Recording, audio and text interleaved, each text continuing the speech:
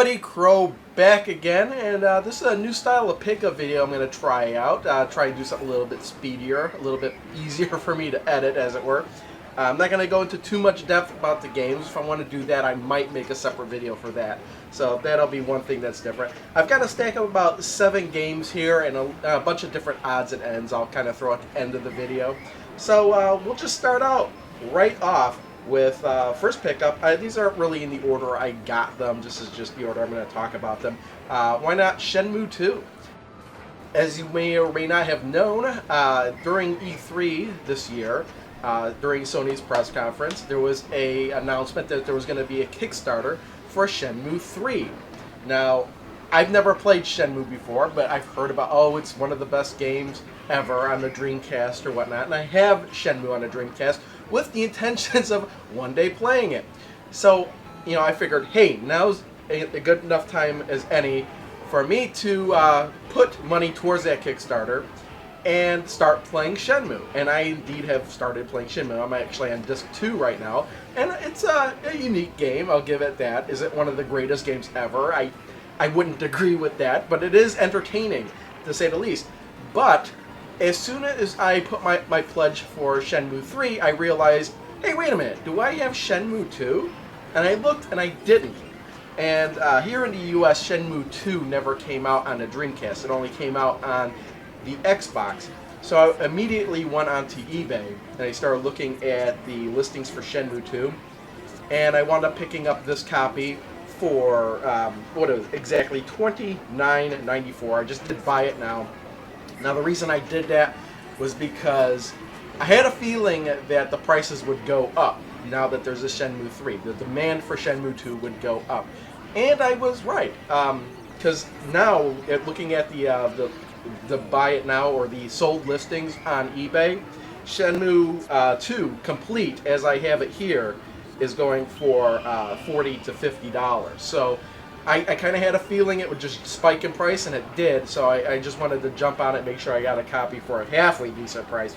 Now, this is a complete. You can get a less than complete version of the game for a cheaper price, but this, I kind of wanted it complete. That includes the instruction manual, it includes the game disc, and it includes Shenmue, the movie, which I believe is just cutscenes from the original game, which I'll probably pop in and watch after I complete Shenmue on the Dreamcast, just to refresh my memory. Also, you're not seeing very much game footage because I actually don't want to start playing the game until I finish Shenmue. Within him, the strength that would destroy him, the strength that would... Alright, next up is a game I simultaneously wanted for the PS3 and already had for the PS3. Now, how does that work, you might ask? Well, the game actually is Mortal Kombat, the Complete Edition, which... what this means is that the edition I already had on the PS3 was the incomplete edition. Now, what is in the complete edition, you might say? Well, it actually includes all the DLC on the disc, and that's why I wanted this. And truth be known, I'm going to probably keep the other edition I have still, because it was, I got it with part of the bundle that had the bookends. But I also wanted this because I don't want to buy the additional characters digitally. I want them straight on the disc. And sure enough, when I pop this in, all 5 extra characters right on the disc, no download codes necessary. And this is the way I think, you know, they should handle future releases, if, you know, greatest hits like this. Because why? Because I kind of want everything on the disc. I don't want part of the game to be retail and part of the game to be digital. I kind of don't like that. And I completely forgot to mention that I did pick this up off of Amazon for $16.99, which I don't think is too bad of a price.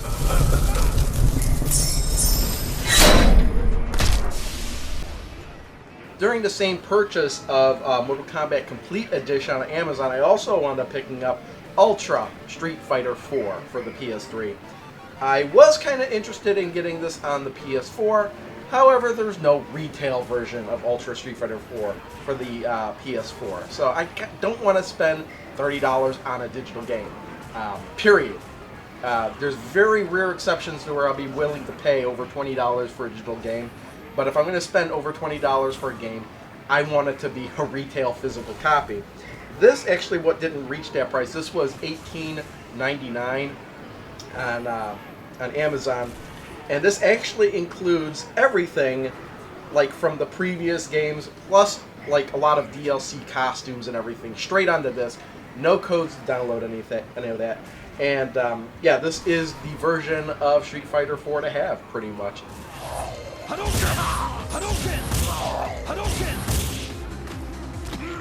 Alright, I was at Disc Replay recently. I was getting the oil changed in my car. When they do that, I kind of walk around and there's a Disc Replay nearby. And I saw this and I couldn't resist. Air Combat for the PS1 in the long box.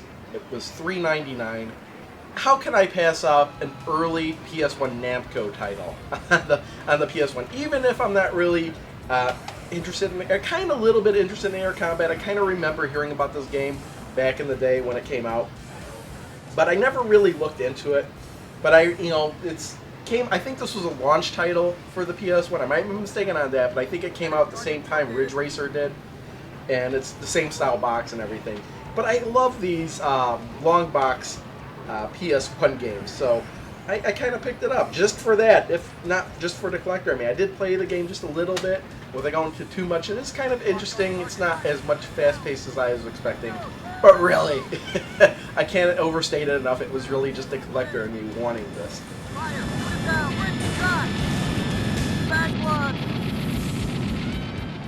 Now, occasionally, I'll go onto eBay looking for games that came in the album-style boxes, particularly the ones I used to have as a kid. And this was one of them, even though it's technically not a game. This is a music construction set. And this was $9.99. I did buy it now on eBay. I thought it was a decent price. Now, the box is a little bit more beat up than I thought it would have been according to the pictures, but it's doable. Definitely is, especially for what the game is. I remember playing this, it's not really playing it, but making music with this, kind of doing whatever. My sister actually made a lot more music on this than I did, but for $10, it's more of a nostalgia trip, and I like collecting the album-style boxes for the Commodore 64, so for me this was a no-brainer, and I'll probably still occasionally look on eBay for album-style games that I used to have and didn't used to have, just because these are my favorite type of game boxes ever.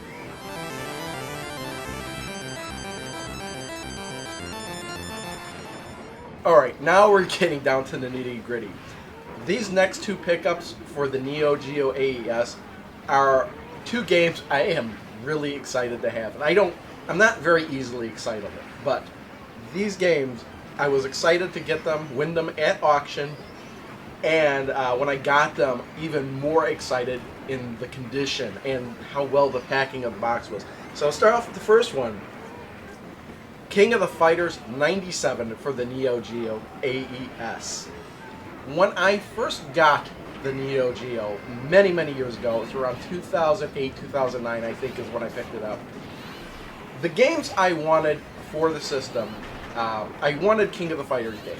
I'm not that good at them, but I just remember them in the arcade, and when I got my Neo Geo, I decided I want King of the Fighters 94 through 98.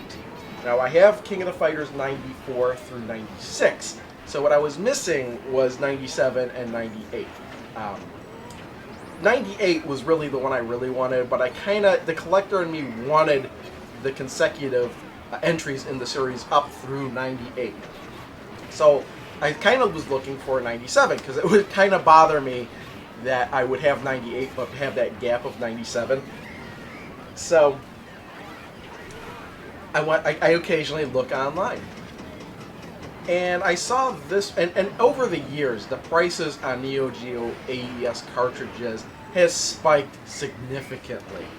So I thought I would never really get these games unless I had a lot of money to burn. But then I saw an auction for King of the Fighters 97 complete in a box, because I don't really want to get a cartridge-only game if there's a box for it. And the auction was at $70. So I figure, you know what, I'll bid up to $80. I figured that was a good price. Shipping was like $12 or something. So I bid like up to $80, and nobody counterbid it. So I wound up winning this for $74.33, and I was ecstatic because now I was getting this for a fairly decent price. I kind of looked at the auctions, what this was selling for complete, and the auctions were actually going from $90 to $130 on eBay. So I feel like I got a good deal on this. But when it came in the mail, I was floored because the game came in a protective case, a plastic plastic case. I opened it up. The cartridge was wrapped in plastic. There was bubble wrap padding everywhere. The manual was still in a protective sleeve. So, and everything was like practically brand new.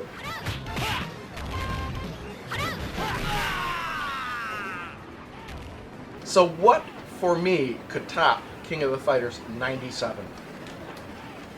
King of the Fighters 98. The game I most wanted for the Neo Geo AES at this time. Now, it turns out, as I was bidding on King of the Fighters 97, I have a tendency when I go on eBay and I'm bidding on things, I look at other things that the seller is selling. They had one other item. It was King of the Fighters 98. Starting bid, $130.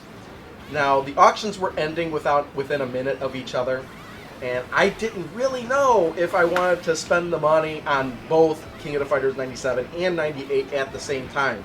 But then I was looking at what King of the Fighters 98 was selling for, and it looked like it was selling for between, $140 or higher.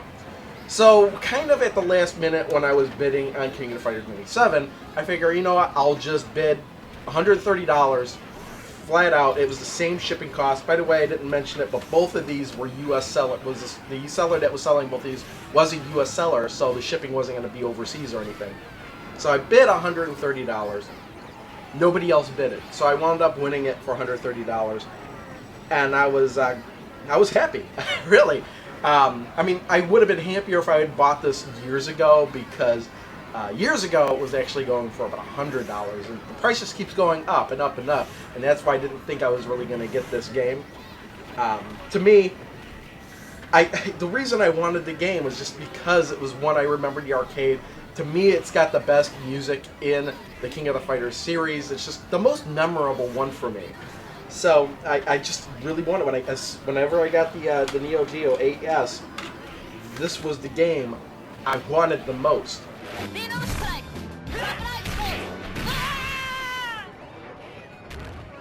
I do have a couple of more pickups. We'll do quickies. There are a couple of Blu-rays and other odds and ends, so we'll cut to that right now. Alright, I do have a couple of Blu-ray pickups for those of you who may be interested. So first off, we have Willy Wonka and the Chocolate Factory. Now, I'd started looking for this because I was sorting through my riff track collection, and I wound up having the audio-only riff track for Willy Wonka and the Chocolate Factory. It was one of the first ones I bought. I bought it mistakenly thinking it was for Charlie and the Chocolate Factory. And now, we did watch it once, but we only had a VHS copy of Willy Wonka and the Chocolate Factory. Found this Blu-ray for $5 at Walmart, so I picked it up and actually be making my own combined video of the riff track based on that. Secondly, we have here The Sorcerer and the White Snake. Found this at Walmart as well. This was about $10. I don't know anything about this movie, but it has Jet Li, and it looked pretty cool, so wound up picking that up as well, the same trip. Then Kingsman came out in Blu-ray, and we saw this in theaters. I really thought it was a really good movie, so I bought it straight up on release. So, bought Kingsman. Also, they had a deal where they had a certain... This was Target, I wound up buying that at.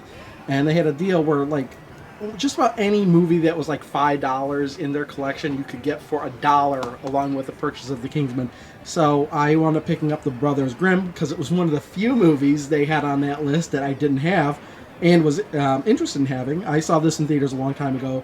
That's when the last time I actually saw it, so wound up picking this up as well. It was $1, so how can I pass up a Blu-ray for $1?